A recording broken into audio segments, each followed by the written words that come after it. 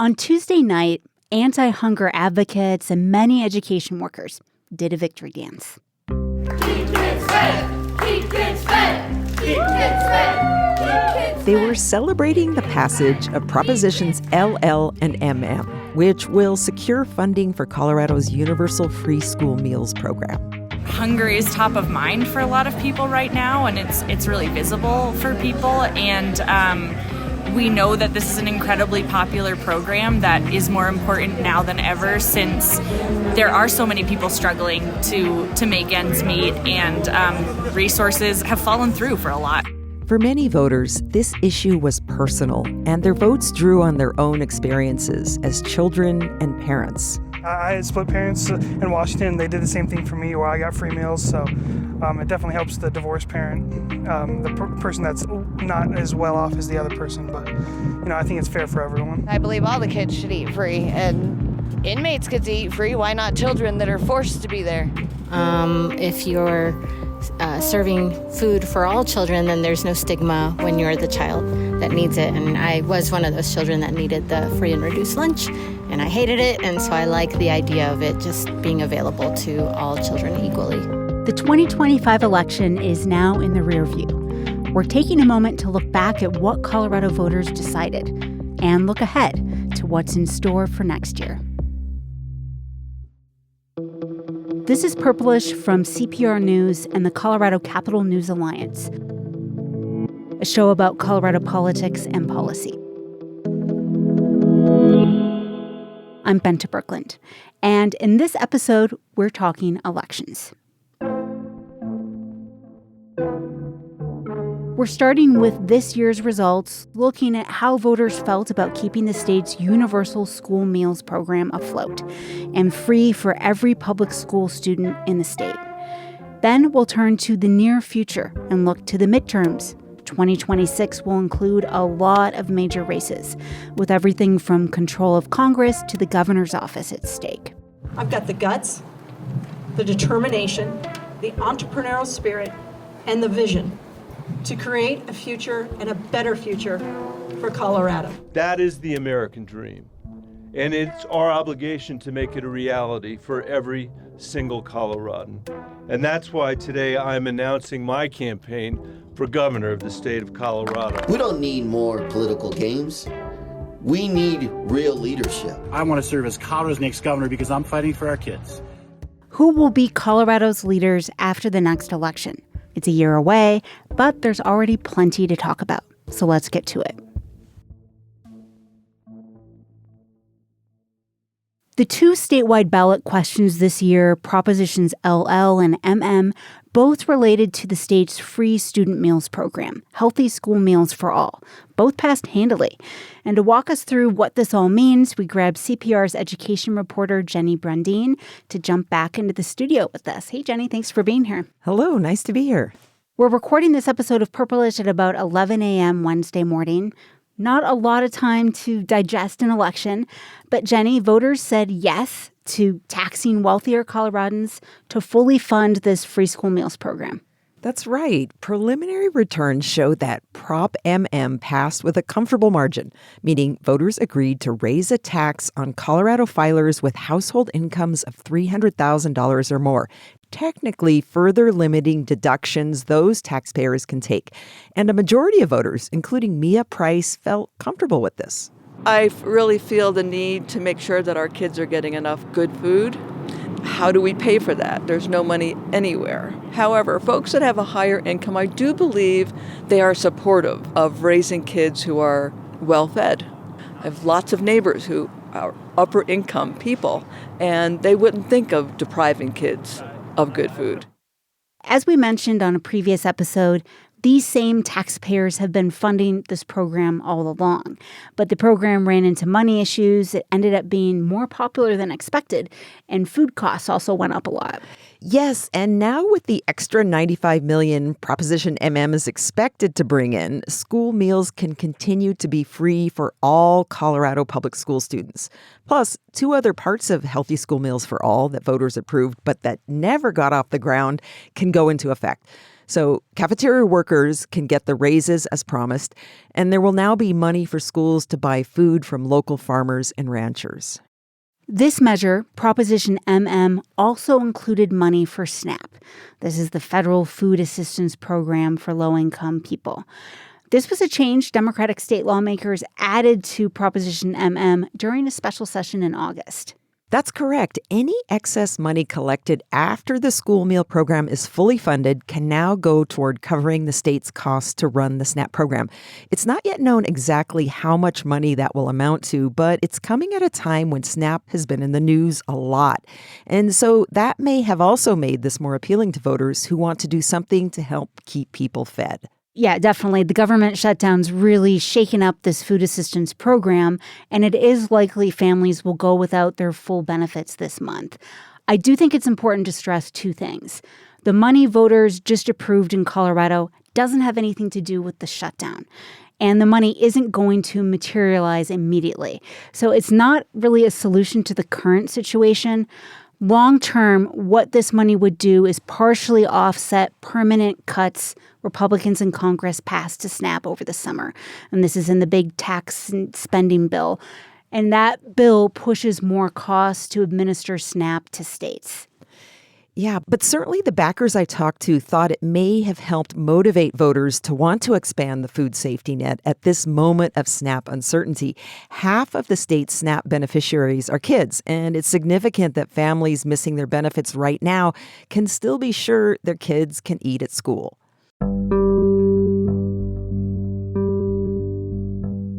Voters also agreed that Colorado could keep excess tax revenue for school meals. This was on the ballot as Proposition LO. Yes, this is the wonky Taxpayer Bill of Rights stuff. Colorado's constitutional amendment, Tabor, requires the state to ask for voter approval to keep any excess tax revenue.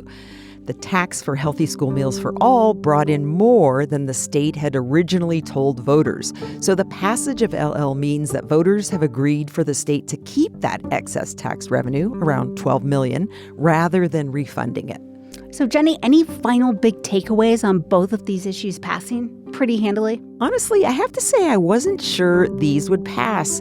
Ahead of the election, I sensed a certain crankiness in the electorate, and I thought maybe they wouldn't be open to a tax increase even for a pretty small group of people. Or I also thought people might be skeptical, like, hey, didn't we vote on this 3 years ago? But then nobody I talked to remembered we voted on it 3 years ago. That's surprising, but not surprising. I also, too, didn't really have a sense of whether these would pass, but my thoughts changed a little bit when I was out talking to voters in Rifle. And this is a conservative area on the western slope. It's on I-70, about an hour before you get to Grand Junction. Everyone I talked to was really positive and said they were going to vote yes. That's interesting. Yeah. So Proposition LL and MM were not the only education things voters had to decide on. A lot of places also held school board elections. In recent years, I think a lot of people know these races have been at times very contentious and high stakes. Any sense yet of interesting trends there? It's hard to generalize school board races. They're shaped by so many local forces and issues. But here are two things I saw.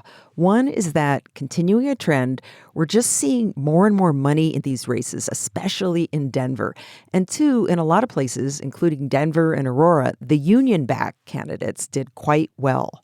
School boards have been a big front in the culture wars in recent years. Do you think those divisions played out this year?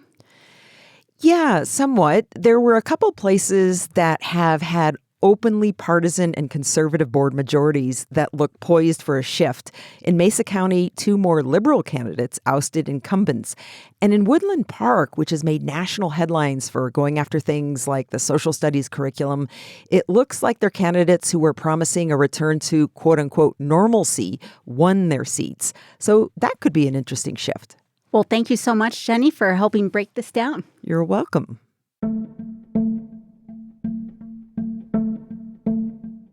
Okay, so that was the election that was. Now we're going to turn to the one that lies ahead. And to do that, I've got two voices who may be familiar to Purplish listeners, Jesse Paul from the Colorado Sun and Lucas Brady Woods from KUNC. Welcome back. Hi, howdy doody. Let's set the stakes for next year a little bit. This is the first time in 8 years that all 4 of Colorado's constitutional offices are wide open. There are no incumbents. So we are talking governor, attorney general, secretary of state, and treasurer. Right. The 4 Democrats serving in those jobs now are all term limited. They came into office in 2018, and they all have to be out of office after next year. This is going to be an opportunity for some new faces to get into statewide office, although there are plenty of familiar faces running for these roles, too. Yeah, that's right. And I think the big race, of course, is governor. On the Democratic side, it looks like it's going to be a 2-man race. We have Attorney General Phil Weiser and U.S. Senator Michael Bennet. Honestly, it seems like it's basically been a 2-man race since they both announced they were running earlier this year. Yeah, this is a really interesting contest to me. I mean, if you had said a year ago that Michael Bennet was going to be running for governor, I probably would have laughed at you. Like, seriously, that's something that Lucas might have come up with, some kind of analysis out of left field. But, you know, Phil Weiser has been eyeing this forever. But Bennet, I really didn't see it coming. Well, I got to say, it's an accurate analysis in this case. But to me, Bennet has seemed like one of the leading options for Democrats for a while. Like I said, it's a Lucas take. Well, for you, Jesse, why do you see it as out of left field? I mean, we have Governor Polis. He was a member of Congress before he became governor. And then Senator John Hickenlooper did the reverse, went from governor to the Senate. While there are definitely some occasions where you see U.S. House members going from Congress to the governor, people don't normally go from Senate to the gubernatorial race. It's the other way around. So John Hickenlooper, as you mentioned, was a governor. Now he's a senator. But despite kind of the weird aspect of this, when Bennet got into the race, he really quickly racked up a lot of big endorsements. There were members of the delegation who were behind him. There were local state politicians who said that they backed his campaign. So it kind of seemed like he had things kind of sewn up from the start. But Phil Weiser has continued to raise money. He was in the race first, got in way before Bennet did, and it looks like this actually could be a real race, a real feisty primary. It's exciting. Yeah, especially because both Weiser and Bennet have been positioning themselves as foils to President Trump in their current roles as Attorney General and U.S. Senator. It's funny, the Democratic field is so small, and on the Republican side, it's currently huge. I double-checked the candidate filings today to make sure I hadn't missed anyone, and there are 20 active campaigns. Well, there's 20 people who have actually filed paperwork to run for governor, but the number of candidates who are really in contention is much, much smaller. Right. Only a few of those people actually make the ballot, so maybe we get 3 or 4 Republican candidates in the primary. One of the most high-profile candidates is State Senator Barbara Kirkmeyer. Who are you guys watching? I'm also keeping my eye on Senator Kirkmeyer. You know, she's raised the most money out of the Republican field and is probably the most prominent Republican lawmaker in the legislature, I'd say. You know, she serves on the powerful Joint Budget Committee and, you know, wields a lot of influence over state money. Kirkmeyer is also on my mind specifically because, you know, she was a Weld County commissioner for 2 decades and KUNC is based in Greeley.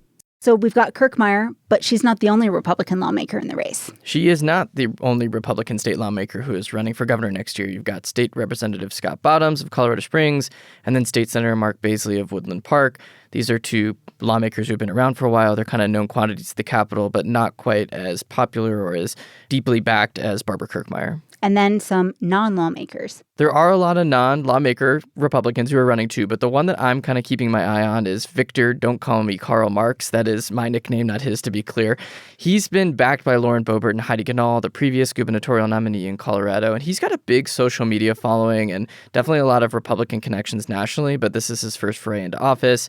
He's got an IEC, which we call basically a state super PAC, which could make him kind of a potent figure in this race. So I'm curious how he does. But look, big picture, Republicans really have little chance of winning the gubernatorial race in the end.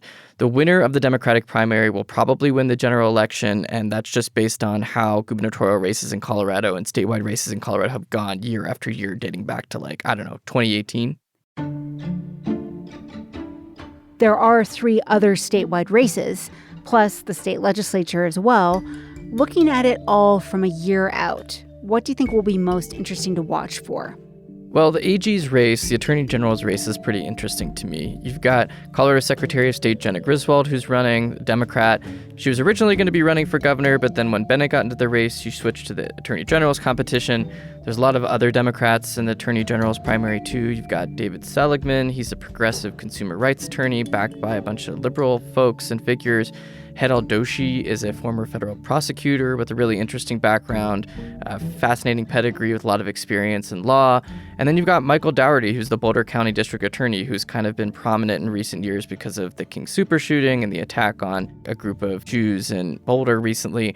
And so these are all folks who've got interesting backgrounds who could make a run for it. I feel like, yes, we'll all be looking at the governor's race, but the Attorney General position is one of the most high-profile statewide offices, especially for Democrats in this Trump era. For sure. But like you said, there are some other offices on the ballot too, statewide offices, and other legislators are running for those as well. And I'm sort of keeping my eye on those, like State Senator Jeff Bridges and Representative Breanna Titone, who are running for treasurer. And just because someone's a state lawmaker for any of these seats, it doesn't mean they necessarily have a better chance of winning. Right. Not every legislator has huge name ID. But Secretary of State, that's an office I've followed closely a lot in recent years. I think what we saw with election fraud claims after the 2020 election, it has become much, much more high profile than it used to be. And I think we could expect that to continue to be the case. For the Democratic primary there, we have a state senator, Jesse Danielson, and some other big names as well, like the Jefferson County Clerk, Amanda Gonzalez.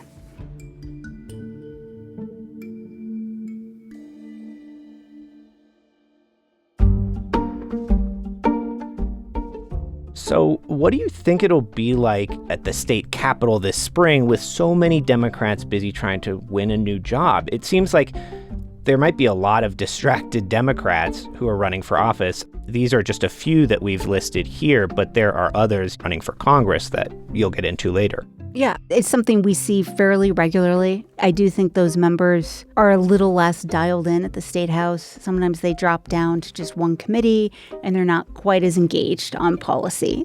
That doesn't mean they won't be in some areas. Someone like Kirkmeyer, for instance, is very dialed in as a member of the Budget Committee. Yeah, the two things that I would maybe say are most notable when this kind of thing happens at the legislature is, one, if they stand up to speak at the well, get ready because it's going to be a long time that they're standing there talking. And two, there's always some kind of like interesting gossiping behind the scenes, behind each other's backs, especially when it's like Democrats on Democrat and Republican on Republican. So that's always kind of fascinating. But one thing I want to note, too, about all these down-ballot races is there's really no Republicans running for some of these big-time jobs. Like Attorney General, there's not a Republican. Secretary of State, there's not a Republican with like a big background, someone who's experienced and could mount a challenge to these folks. On the Treasurer side, there's former Senate President Kevin Grantham, who's an interesting candidate. He's someone who could potentially make a run for that office, but just not a lot of Republican interest in running for these statewide positions. I think it's tough in this political climate in Colorado specifically. Right now, the bench is thin for, interest in trying to run for these seats, whereas on the Democratic side, you have all these jockeying, and like Jesse mentioned, some people were going to run for governor, and then when Bennett got in the race, they switched to other races. Right. When one party is in control, it really opens up for more competition within that party for these offices. Lucas, thanks for joining us, and I'm sure we'll be back together soon before long. And for now, we're headed to a break, and Jesse, you're sticking with us. Okie dokie. Thanks for having me on, and sorry to leave you here with Jesse. Now that we've talked about who wants to govern Colorado, next we'll look at who wants to represent the state in Congress.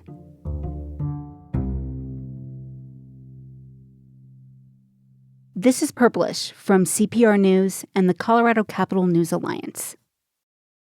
You love podcasts to keep up with the news. Now there's an easy way to find out what's happening in Colorado every day.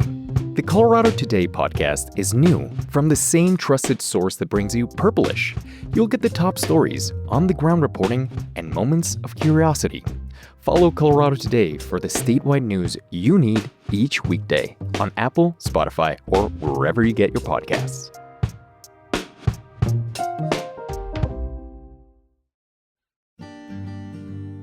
We've talked about some of the state races we'll be watching next year, but all 8 of Colorado's House members are also running for re-election, and so is U.S. Senator John Hickenlooper. That name sounds familiar. I know, right? I feel like he's definitely the one I know best, having covered him 8 years as governor. But first, we're going to spend some time on the House side of things. Joining Jesse and me from her office in Washington, D.C. is my colleague, Caitlin Kim. Thanks for being here. Hi, thanks for having me. And I, too, have heard of John Hickenlooper. Let's start with the freshmen in our delegation. They are Republicans Jeff Crank, Jeff Hurd, and Gabe Evans. All 3 are running for re-election. And Caitlin, you've reminded me many times that this is the race, this first time you're up for re-election, typically when incumbents are their most vulnerable. Yes, that is sort of the conventional wisdom here in D.C. It's mainly because they're still not deeply well known in their district. It's easier for a challenger to try and knock them off. They don't have much of a record.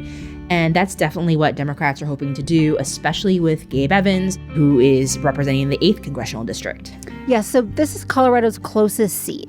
So in 2022 and in 2024, it was decided by less than a point. And once again, it's a toss-up, and Democrats are trying to unseat Evans. So, Jesse, talk about who's running against him. Well, because the seat is so darn close, there's about 42,000 Democrats who are running for it. Okay, I'm just kidding. It's more like 5 or 6 because a few have dropped out. Former U.S. Rep. Yadira Caraveo, a Democrat, was running in the race and has since ended her candidacy. And then Amy Bacco-Lair, who was the former head of the Colorado Education Association, the state's largest teachers union, she was in the race but recently dropped out too because it is just so crowded. And I think we're starting to see some folks gain more momentum than others. It's really now starting to become kind of a two-way contest between 2 state representatives. And those representatives have pretty different ideologies within the State House, right? Very much so. The 2 representatives are State Representative Manny Rutinel of Commerce City and Shannon Byrd of Westminster. And as you mentioned, they're kind of from different ideological backgrounds or Democratic sides of the aisle. Rutinel is more on the liberal side. Shannon Byrd is more on the conservative Democrat side. They're both raising a lot of money for the seat, but they're going to have to spend it to win the primary too, which means they're going to have less money for the general election. And this is going to be a pretty tight race. It's going to probably be the most interesting primary in Colorado next year. I mean, don't forget we have Dave Young. He's a former state lawmaker. He's the current state treasurer. He's running, but he just hasn't gained a lot of traction. Yeah, he hasn't. It's kind of a reminder that nobody knows who the state treasurer is and nobody knows what the state treasurer does. But, Dave Young is staying in the contest for now. There's also Evan Munsing, who's a veteran, a Marine veteran. He's a private equity guy. He moved into the district recently, has never held elected office before, but he's raising a decent amount of money and he's kind of trying to follow this like Jason Crow first-time candidate, interesting background path. I think this is a really tough district to try and do that in with so many other prominent Democrats running, but he's trying it and he's going for it. Well, on the Republican side, what's Evans doing to try to hold on to this seat in such a toss-up district that people are looking at nationally? The big thing is actually Evans has been doing some great fundraising. He has support from the party and party leadership, and they're also bringing up his bills so that he can have something to run on. But I would also say that Evans is trying to blunt the conventional wisdom that midterms are a referendum on the party in power, because the party in power in Washington, D.C. is Republicans. And let's be honest, Trump has not been very popular in Colorado. He lost the state 3 times. So what I've seen, or I think what we've all seen, is Evans and other Colorado Republicans trying to make this a referendum on Democratic leadership in the state. But, that might be a bit of a hard sell when you're running for federal office. One of the interesting things about the 8th district is just how much of a true toss-up it is. Like, when you look at polling in the district, it's kind of evenly split between Democrats and Republicans and how they feel about those folks in Congress and Trump. It's really like a 50-50 district. So this kind of national mood may not play out there, or maybe it will. I don't know. It's hard to say, but it really is just that true toss-up. Yeah, and to see whether this district is a barometer for what people are thinking nationally. Also, a lot of unaffiliated voters in the district who can swing both ways. Well, and I would add something to what Jesse and you have said about the national mood. I agree. I think For me, I think the big issue is going to be the economy and how well it is or isn't doing, because that seems to be the barometer in both 2022 and 2024 that a lot of the voters there were measuring candidates against in that seat. So, yeah. Anecdotally, when I've been out talking to voters as recently as, a month ago, that was still top of mind for everyone. 2 other Republican freshmen running for re-election. We've got Jeff Crank and Jeff Hurd. The Jeffs. Oh, hell, Jeffs. That's their logo in D.C. Is there any sense that either of them might actually be vulnerable next year? Crank's district is in Colorado Springs. That district has never elected a Democrat. And Hurd's district on the western slope in southern Colorado hasn't been Democratic since 2012. Let's start with the 5th in Colorado Springs. I think the 5th district is a really interesting race. As you said, this district has never elected a Democrat before, so take this all with a grain of salt. But you've got a pretty strong Democratic candidate down there in Jessica Killen. She's a former Army veteran and the chief of staff to former second gentleman Doug Emhoff. That always trips me up a little bit.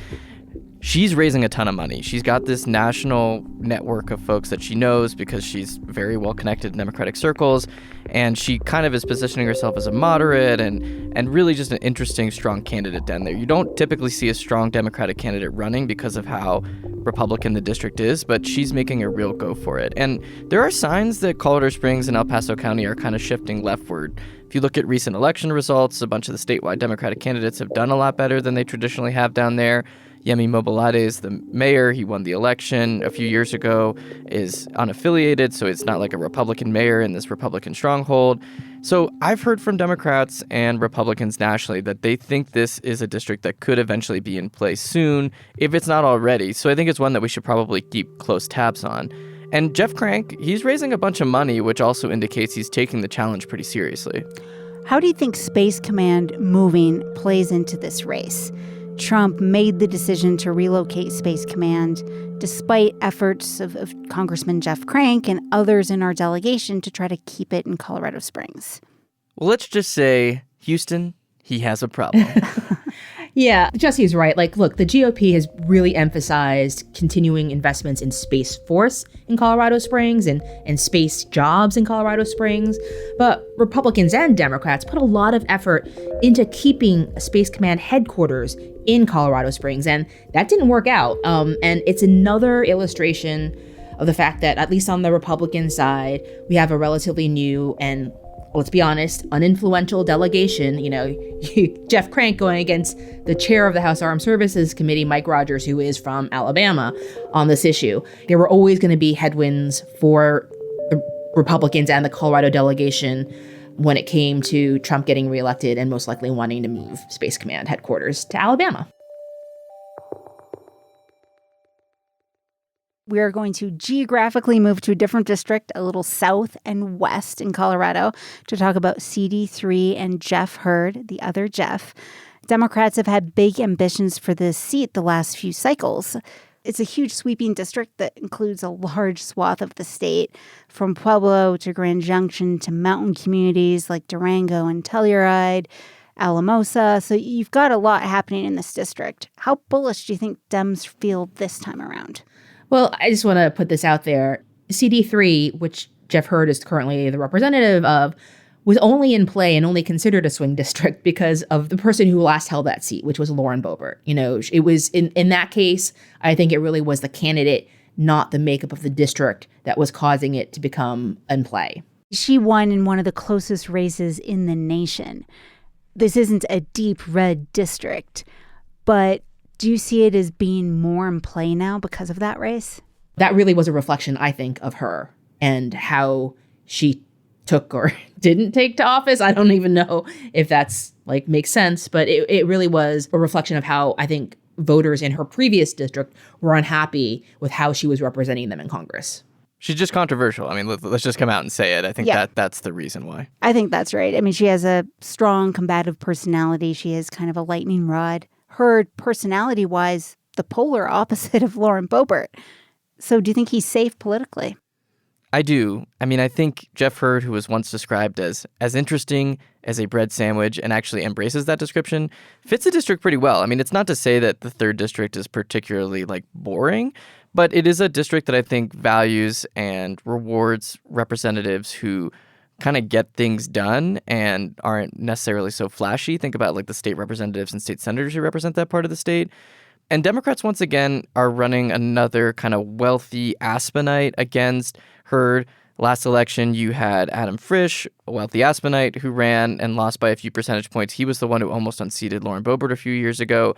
Now they've got this guy, Alex Keloff, who's kind of leading the pack. Another wealthy Aspenite, founder of Armada Skis, has worked in a lot of financial circles. I just don't know if Democrats can really break through with that kind of candidate in this district. And I just don't like Dem's chances here. And Hurd has a primary challenger on the right, Hope Scheppelman. She's a former Republican GOP official from the right wing of the party. Do you think she poses a real challenge to him? I don't. If I'm Hurd, I'm not too worried. He's already been endorsed by Donald Trump. And you have to remember, too, that there was a primary the last election cycle that Hurd won, and he beat some Hope Scheppelman-esque candidates. So I think Republican voters in that district have already spoken and said that Hurd is their guy. It's not unheard of to have an upset. Obviously, Boebert ousted Scott Tipton, who I think a lot of people there would have also considered white bread. But she had a lot of viral charisma going for her, and that's not an easy thing to replicate. Let's talk about Lauren Boebert. This is her first re-election in the 4th district. This is the district that includes a little bit of northern Colorado, but the Eastern Plains primarily. It is the safest Republican seat in the state. Are either of you anticipating anything interesting in this race? I mean, look, you've got 2 Democratic challengers. One she defeated last time, Tricia Calvarese. The other is proving to be a fundraising juggernaut, which is retired Rear Admiral Eileen Laubacher. But I think the most interesting thing necessarily isn't the challengers. I think, you've seen in her previous races, challengers raise a lot of money against Boebert because Boebert is so controversial. It's actually how Boebert's been performing, at least on the campaign side. She's barely raising any money, even though I keep getting fundraising emails from her campaign every day or every other day. So even though it's a safe seat for her, I mean, the question, or what I'm going to be looking for is, will she underperform again like she did last time? And just to be clear, underperforming in that district was winning over Tricia Calvarese by 12 to 14 percentage points. So it was not close at all. And there's no indication this time around that this thing's going to be close, despite Lauren Boebert's best efforts to make it close with some of her controversial behavior and remarks. I'm just thinking of her recent Halloween costume, where she dressed up as a Mexican woman and had some kind of disparaging remarks, poking fun at the way that people who speak Spanish speak. It was kind of driving a lot of controversy, and the Latino community has been pretty upset about it.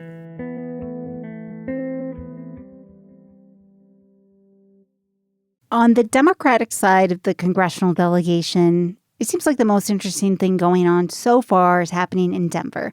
This is where you have Wanda James, a CU regent, primarying Diana DeGette. And DeGette is the longest-serving member of Colorado's delegation, and definitely a very blue district. Yeah, it's not too surprising. I think this is part of the national trend where a lot of Democrats are dissatisfied with members of their party who've held seats for decades, which DeGette has done, and they want generational change, which I don't think Wanda James is really. There are also 2 younger challengers trying to primary DeGette, so it'll be interesting to see if they get any traction. Yeah, I mean, remember that DeGette has had primary challenger after primary challenger, and she keeps fending them off. And I think a split field here with Wanda James and Milot Quiros and others really just serves to benefit DeGette should all of these folks actually end up on the ballot. So it's been tried before. I don't know if it's going to happen this year. I would probably put my money on no. Especially, we're saying, with that split field. Right. And as an aside, we do have a little thing called a U.S. Senate race next year. And we're kind of talking about it at the very end of the show because it doesn't feel like it's going to be that exciting. No, I hate to say it, especially since when I started this job, the U.S. Senate race was the exciting thing. It's amazing how quickly that can shift in a state like Colorado. We used to have, with Cory Gardner, it was the most watched U.S. Senate race in the nation. Yeah, everybody and their mother has jumped into the Republican field for governor, but not for U.S. Senate. I think there are 2 candidates right now. And that's it. I would have expected more. Yeah, are we expecting more in terms of a primary? The one thing that could make the Senate race kind of interesting is if a real Democratic primary challenger materializes in this race, someone with, some statewide name ID and recognition. There's been rumors of that happening, but as of this recording, it hasn't happened. And Hickenlooper keeps amassing money, and someone would have to get into this race really soon to be able to challenge him, to raise enough money to make this a thing. And the primary isn't happening until June 2026. And that might seem like it's a long ways off, but in reality, it's not when you're talking about trying to run a campaign against a long-term incumbent. As we joked at the top, Hickenlooper is a well-known figure in Colorado politics. Yes, definitely. As far as the general election, do we have any rumblings of who might be the Republican challenger to Hickenlooper?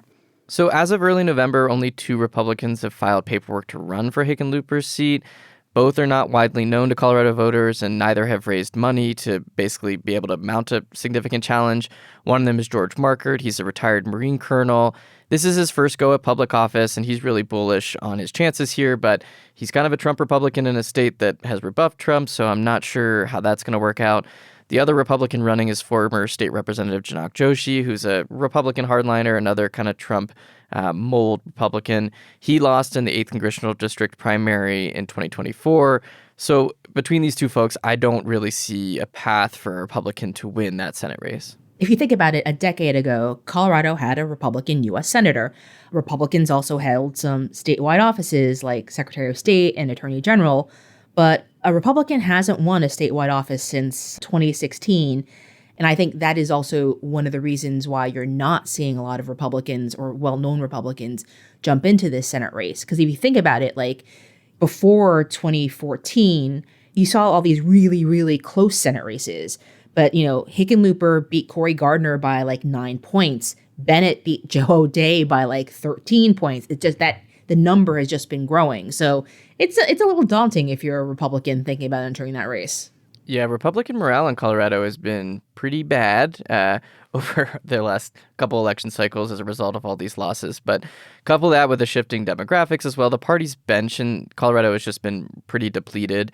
Nowadays, analysts are calling Hickenlooper's seat solidly Democratic, and just no one wants to be the sacrificial lamb in that race to run against him and kind of have a predetermined loss. I think that's definitely right, and especially with President Trump still at the helm of the Republican Party, it's hard for Republican candidates to carve out a separate identity from what's happening nationally.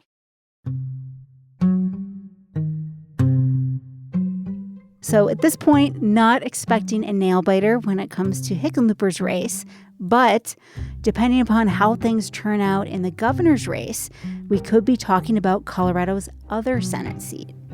Yes, and as you guys talked about earlier, Senator Michael Bennet is also running for governor right now, and if he wins that primary, he'll most likely be on a glide path to the governor's mansion, which would free up his seat here in the U.S. Senate.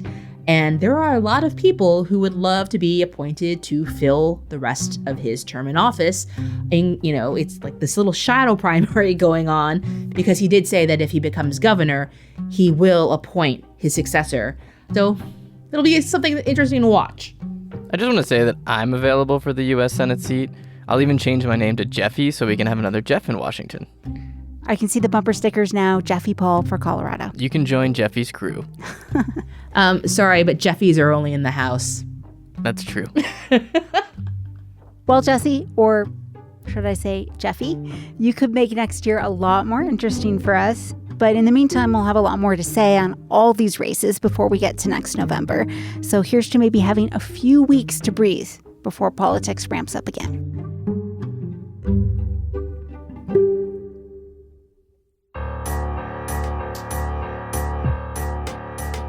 That's it for this episode.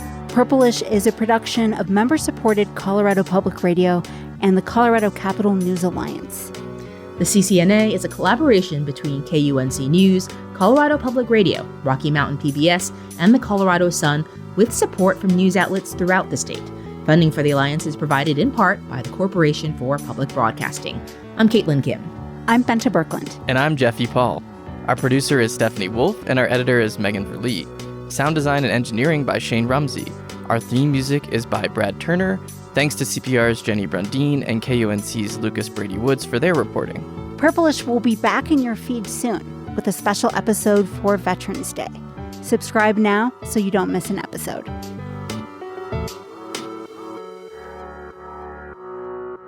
This is Purplish from CPR News and the Colorado Capital News Alliance.